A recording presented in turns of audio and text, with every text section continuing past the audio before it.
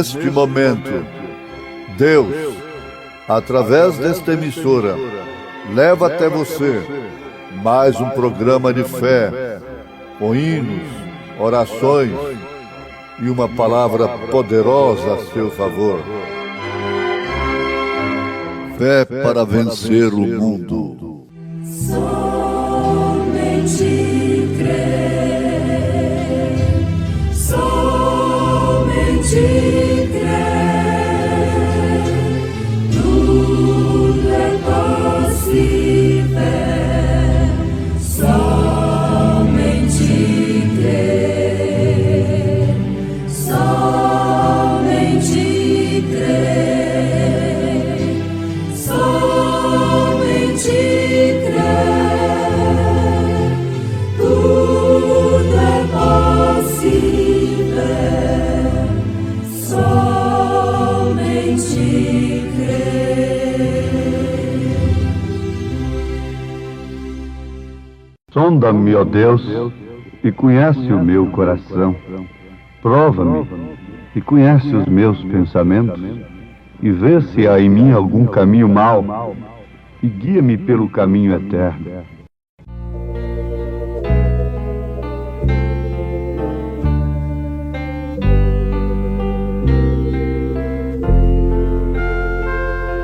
Sonda-me, ó Deus, pois vês meu coração.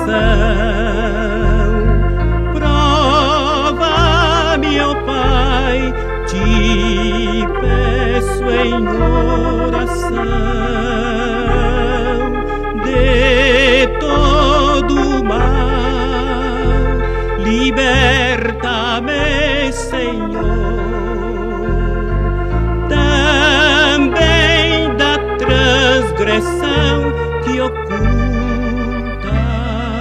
for. Vem me limpar dos vis pecados meus, conforme prometeste, ó meu Deus. Faze-me arder e consumir de amor, pois quero te magnificar, Senhor.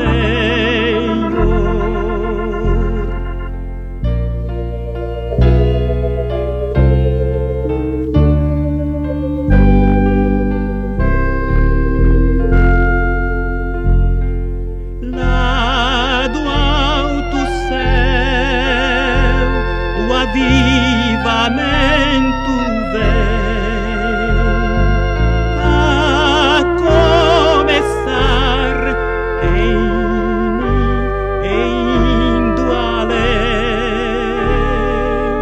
O teu poder, tuas bênçãos, teu favor, concede aos filhos teus, ó Deus de amor.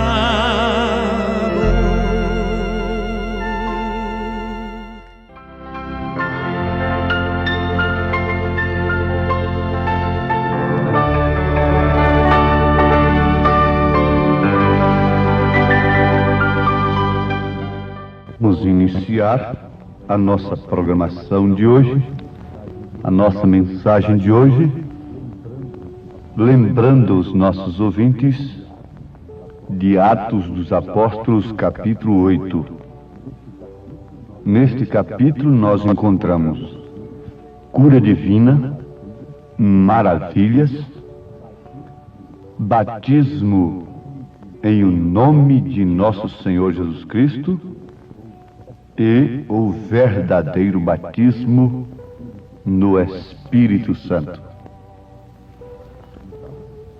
Então, Atos dos Apóstolos, capítulo 8. E referências. Agora, o nosso pensamento desse instante é este: sonda-me, ó Deus, e conhece o meu coração. Prova-me e conhece os meus pensamentos, e vê se há em mim algum caminho mau, e guia-me pelo caminho eterno. Ouvintes, caminho mau não é somente o crime, o roubo, a prostituição. Não. Não existe caminho mau pior do que uma falsa doutrina, de que uma maneira errada de se pensar em Deus, acerca de Deus. A Bíblia, quando fala em caminho, é no sentido espiritual. Agora, dentro do caminho existem estas coisas, os atributos do pecado. Mas pecado mesmo é errar o alvo em relação a Deus. Então você começa a sondar a si mesmo. Estou falando, me dirigindo a nós que desejamos, como Davi, sermos sondados por Deus, olharmos no espelho de Deus, para assim não estarmos enganados, nem tampouco enganando aos demais. Veja, se nas Escrituras você poderia encontrar-se bem com um caminho de 3 pessoas distintas, vamos nos ajudar a nós mesmos através das Escrituras, o Espírito Santo nos ajudando. Oh, que caminho terrível! É um caminho que gera ódio, gerou sangue de 68 milhões de crentes, tudo partindo desse caminho, 3 pessoas distintas. E haja visto que a imagem da besta está erigida sobre esta base, sobre este alicerce, sobre este fundamento, que não é dos profetas e nem dos apóstolos. 3 pessoas distintas. Essa doutrina é chamada em Apocalipse de 3 espíritos de rãs. Apocalipse 17, versículo 13. Você quer ver? Vê se há em mim algum caminho mau. Caminho, na Bíblia, quer dizer doutrina. Quer dizer ir para o céu. Se Jesus disse: eu sou o caminho, não um caminho, mas o caminho, a verdade é a vida, e ninguém vem ao Pai senão por mim. Portanto, eu não te chamo para o meu caminho, para a minha igreja. Eu te chamo para a palavra de Deus. E esse desafio está lançado a todos os demônios do inferno. Todos os demônios religiosos estão desafiados por esta palavra que é a espada do Espírito, desembaiada, inflamada, guardando o caminho da vida eterna. O imundo não pode passar por esse caminho, diz o profeta Isaías. Por quê? Em Gênesis capítulo 3, versículo 24 está escrito: e havendo lançado fora o homem, pôs querubins ao oriente do jardim do Éden, e uma espada inflamada que andava ao redor, para guardar o caminho da árvore da vida. Quem é a árvore da vida? Todos respondem: é Jesus Cristo. E quem é a árvore da ciência do bem e do mal? Todos cegos respondem: é uma maçã que Eva comeu. Quer dizer que a árvore da vida é Jesus Cristo, é uma pessoa. E a árvore da ciência do bem e do mal é uma maçã. Mas a revelação do Apocalipse, o 7º anjo de Apocalipse, capítulo 10, versículo 7, vem revelando a Bíblia Sagrada.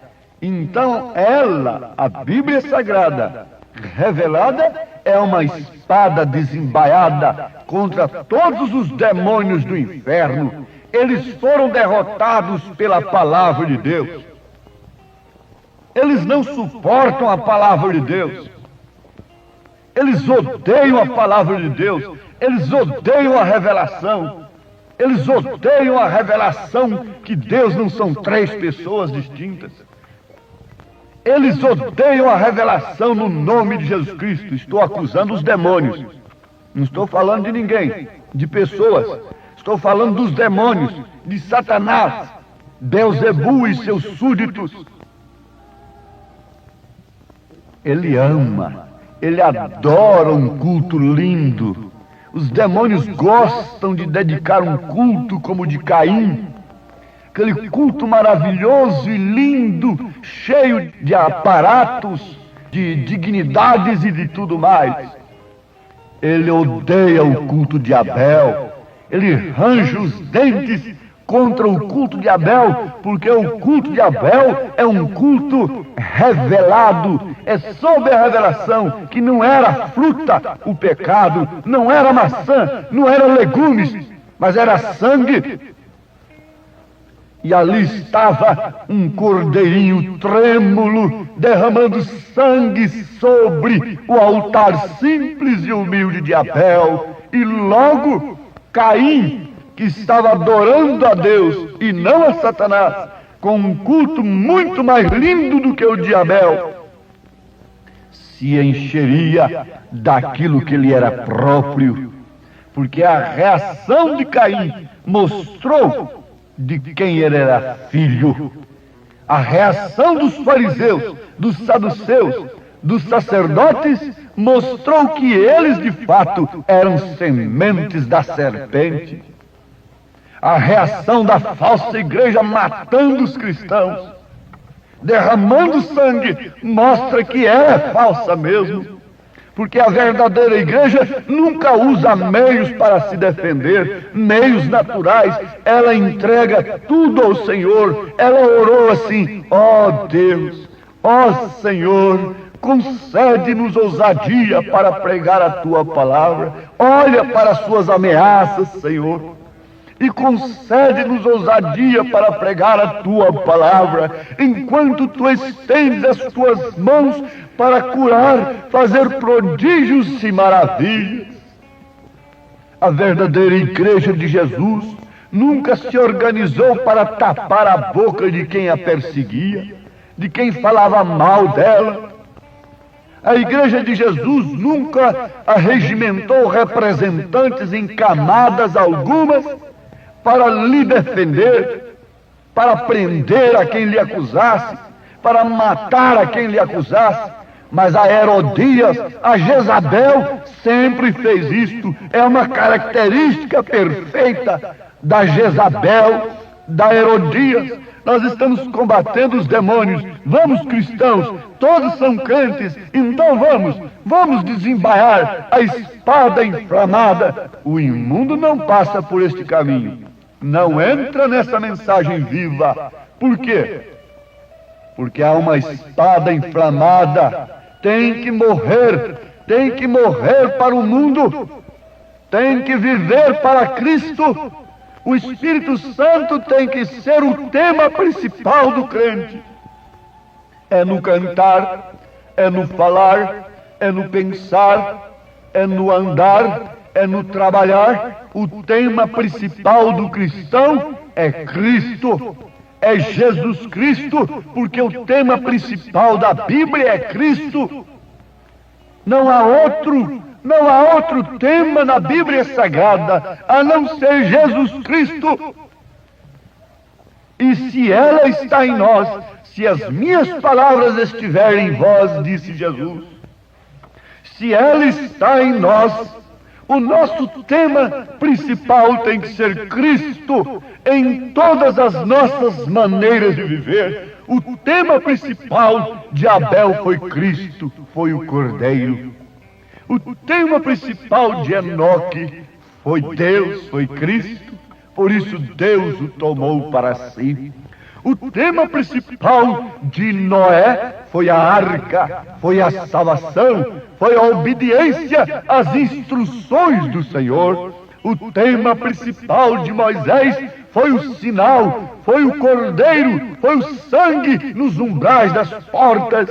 E o povo que estava obedecendo ao profeta não tinha outro tema naquele dia, não tinha uma novela para assistir naquela noite, não tinha nenhum cinema, não tinha nenhuma vaidade, não tinha nenhum culto muito bonito para dedicar a Deus, mas sim um cordeiro, a coisa de novo, um cordeiro sangrento, um cordeiro animal morrendo para que o sangue fosse exposto lá nos umbrais das portas e assim serem livres do anjo da morte. O tema principal da meretriz, enquanto das madames foi o mundo, foi a sociedade, foi os clubes. O tema principal da meretriz Raabe foi um cordão vermelho. Era o tema principal de sua vida, de sua casa naquele instante. E para quem estava apontando aquele tema, aquele cordão vermelho na casa de Raabe? Para Jesus Cristo. O tema principal da Bíblia é Cristo.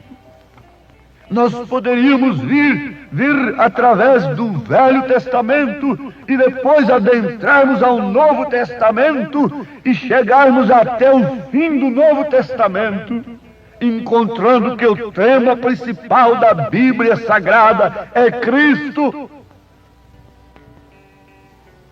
Mas tem uma coisa, meus irmãos, ninguém, absolutamente ninguém, você preste bem atenção, eu posso ser um bom religioso de qualquer ala, atender todos os requisitos, preencher todas as fichas, mas ser cristão, este não. Isto é só o Espírito Santo em mim. Se eu não tenho o Espírito Santo, eu não sou um cristão. Eu posso me taxar de cristão. Eu posso ter uma vida parecendo com a de um cristão. Eu posso ser bonzinho, posso ser moralista, posso fazer o bem, posso dar esmolas, posso dar todos os meus bens para os pobres, posso queimar o meu corpo, me gastar, me desgastar, visitando presos, visitando órfãos, viúvas. Isto é religião, mas salvação é novo nascimento, é o Espírito Santo. Se eu não tenho o Espírito Santo, pode ser que eu esteja em processo de ser um cristão, se é que estou em desespero pelo Espírito Santo. Na mensagem para que foi dado o Espírito Santo, parágrafo 150, o profeta fala que antes de tudo nós temos de morrer. A espada inflamada, desembaiada do Espírito, que é a palavra de Deus, tem que matar os nossos sentidos, tem que cortar os nossos credos, tem que matar os nossos dogmas. Nós temos que ficar viúvos para recebermos um mensageiro no dia. Tem que morrer tudo. Todo sistema tem que morrer, como na lavoura, para a vida voltar para o grão, para você ter aquela vida no celeiro. Todo sistema do pé de milho, de trigo, tem que morrer, tem que ser queimado. Todo sistema tem que morrer para você. E Jesus disse em São João capítulo 12, versículo 24, Jesus disse: se o grão de trigo cai em terra e não morre, não pode trazer uma vida nova. Sim, então tem que morrer. Essa é a palavra de Deus, que está cortando todas as escórias. Apanhou a pedra, está cortando de um lado, do outro, para construir o edifício de Deus. O templo de Deus está sendo construído. É a palavra do Senhor, tirando os lodos, tirando as coisas, as escórias, tirando as coisas que nós aprendemos dos homens, caindo por terra todas as escamas que Saulo de Tarso, o então Saulo de Tarso, adquiriu aos pés de Gamaliel, caindo tudo por terra, derrubando tudo, está agora sozinho, viúva. A viúva estava sozinha mesmo, faminta, desejosa de vida, anelando pela vida, e lá veio a morte. Quando mais ela pensava em vida, mais a morte se aproximava, mas de repente a vida bateu na sua porta, encarnada em um homem, e um homem como eu, sujeito às mesmas paixões que nós somos, mas ele tinha a palavra do Senhor em sua boca.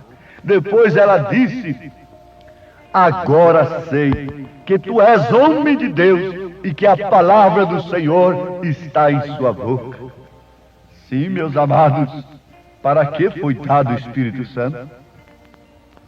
Isto é para vocês, absolutamente como povo que são, povo de Deus, que tem suportado a palavra de Deus, que tem aguentado o julgamento, a prova do Senhor, o julgamento dentro da casa do Senhor. Mulheres que têm resistido à palavra, isto é, suportado, e têm se humilhado debaixo da potente mão de Deus. Homens que têm deixado cair de sobre si, de suas mentes, tudo o que aprendeu de homens. E estamos todos agora humildes, indefesos, dependendo exclusivamente de Deus. Não temos nada, absolutamente nada, senão um pouquinho de azeite e um pouquinho de farinha. Estamos aqui agora.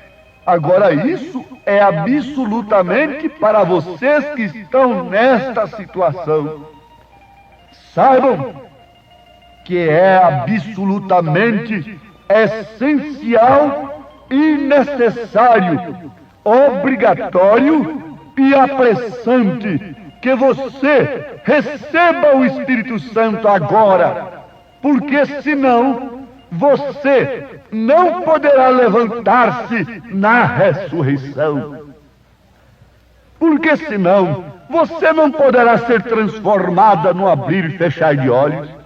Porque senão você não poderá ser transformado, ser ressuscitado se morrer antes disso. Você tem que receber o Espírito Santo. Mas alguém diz: eu já recebi línguas. Você recebeu um presente do Espírito Santo? Está dizendo que é o Espírito Santo? A pessoa que recebe o Espírito Santo não rejeita a mensagem do Espírito Santo, não discute a mensagem do Espírito Santo, não fica procurando choque com a mensagem do Espírito Santo. Qual é a mensagem do Espírito Santo no devido dia em que estamos vivendo? Vocês estão ouvindo o quê? Ouvindo a voz de Satanás nesta hora? É um falso ungido que está vos falando? Vocês estão de acordo? Assim digam amém. Se vocês estão ouvindo uma falsa mensagem, mas se vocês estão ouvindo a voz de Deus, não endureçais os vossos corações, como fizeram no deserto. Se hoje ouvirdes a voz do Espírito Santo, não endureçais os vossos corações. Como escaparemos nós se não atentarmos para uma tão grande salvação, uma vez que nem mesmo os anjos foram poupados, eles foram precipitados? Quanto mais eu, quanto mais homenzinho de tupete dogmático. Deixa Deus cortar esse tupete seu agora. Se Ele não poupou nem os anjos, ó Deus bendito e Pai amado, infunde o Espírito Santo no corpo do Senhor. Sei que isto é obra do Senhor, mas o Senhor tem que usar alguém para levar esta mensagem a alguém. Em nome de Jesus Cristo, sela com o poder do alto, nesse instante, Senhor, em nome do Teu Filho amado. Amém, Senhor. Amém.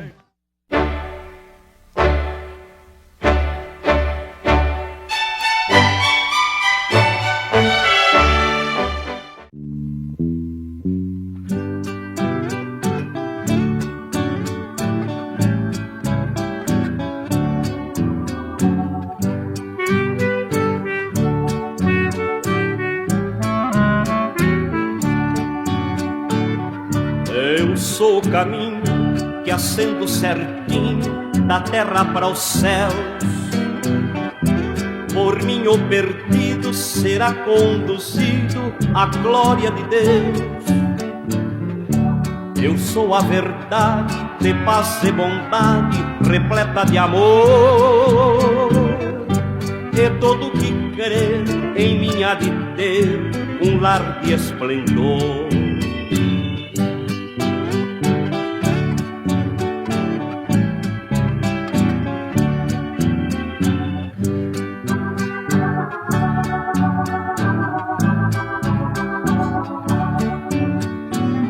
Também sou a vida eterna que é tida na linda mansão.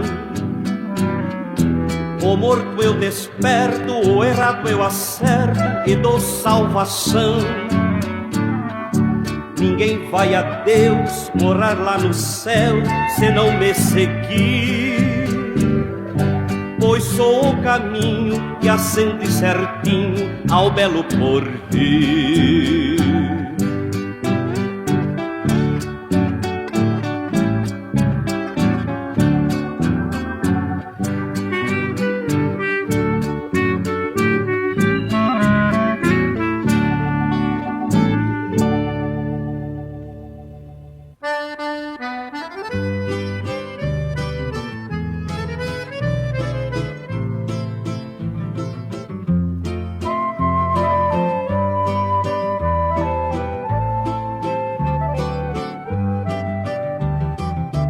Eu creio num ser que faz estremecer o mundo e o céu. É santo e superno de amor sempre eterno e chama-se Deus.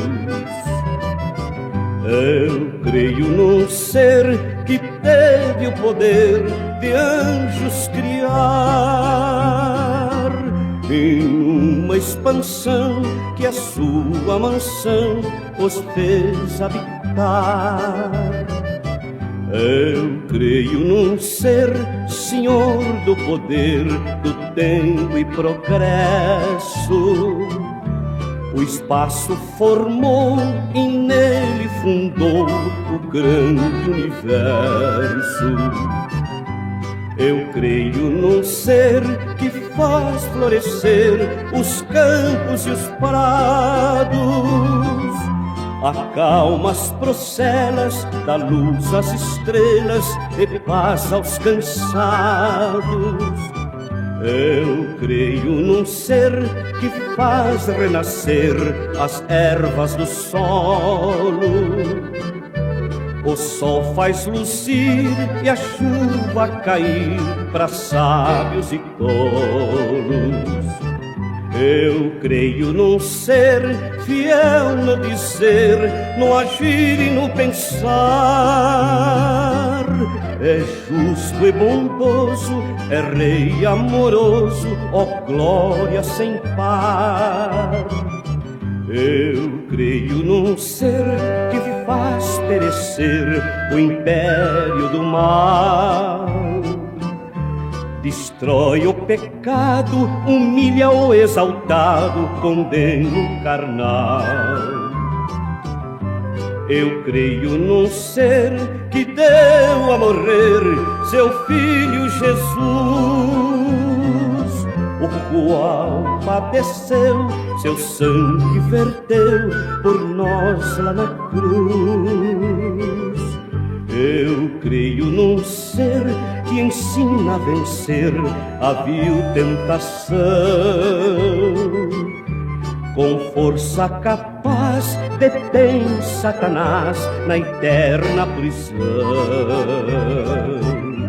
Eu creio num ser que faz estremecer o mundo e o céu. É vivo e eterno, de amor sempre eterno, e chama-se Deus.